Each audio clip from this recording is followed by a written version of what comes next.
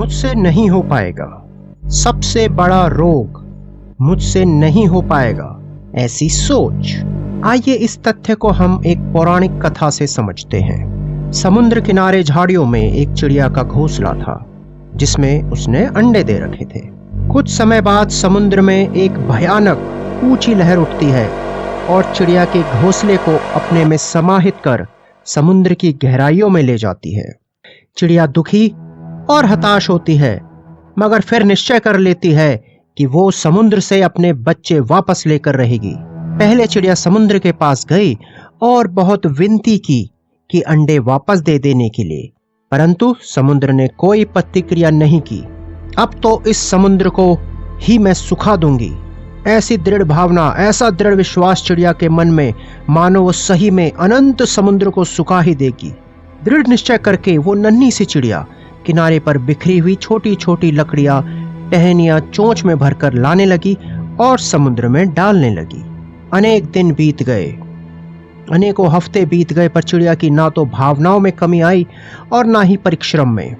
आखिर माँ होती है, हर जीवन की एक शिल्पकार होती है। फिर एक दिन उसी समुद्र के किनारे महामुनि अगस्त्य जी पधारे और वे तट पर अपने कमंडल, हवन पात्र इत्यादि पूजा का सामान रखकर अर्चना करने लगे। इतने में ही समुद्र से फिर एक विशाल लहर उठी और अगस्त्य ऋषि की सारी पूजन सामग्री बहाकर अपने साथ समुद्र में ले गई। अगस्त्य ऋषि उस समय ध्यान में बैठे हुए थे। जैसे ही उनका ध्यान खुला, उन्होंने अपने सामने पूजन सामग्री नहीं पाई। वे जान गए कि पूजन सामग्री तो समुद्र ने अपने में समाहित कर ली है। अगस्त्य ऋषि को क्रोध आया और भगवान की ऐसी प्रेरणा हुई उस समय अगस्त्य ऋषि के मन में कि उन्होंने अपने तपस्या के बल से पूरे विशाल समुद्र को पी लिया। यहाँ वो नन्ही चिड़िया क्या चोंच में टहनियां भरकर समुद्र में डालना निरंतर जारी था और इतने में ही अगस्त्य जी के पी लेने से वो समुद्र पूरी तरह से सूख गया। वास्तव में ये चिड़िया का विश्वास ही था ना जिसने समुद्र को सुखा दिया। हम भगवान कह लें या उसे परम ब्रह्मा कह लें या निराकार परम शक्ति कह लें या फिर नेचर या प्रकृति ही कह लें, सब एक ही है।